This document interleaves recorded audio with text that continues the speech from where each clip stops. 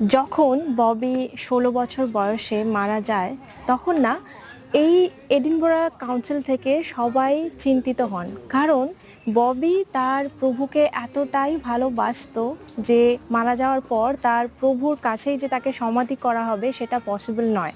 কারণ এই grey fires কার্কিয়ার্ডে কোনো পোষ্যকে মানে কোনো অ্যানিম্যালকে কিন্তু সমাধিস্থ করা হয় না, শুধুমাত্র মানুষদেরকেই করা হয়।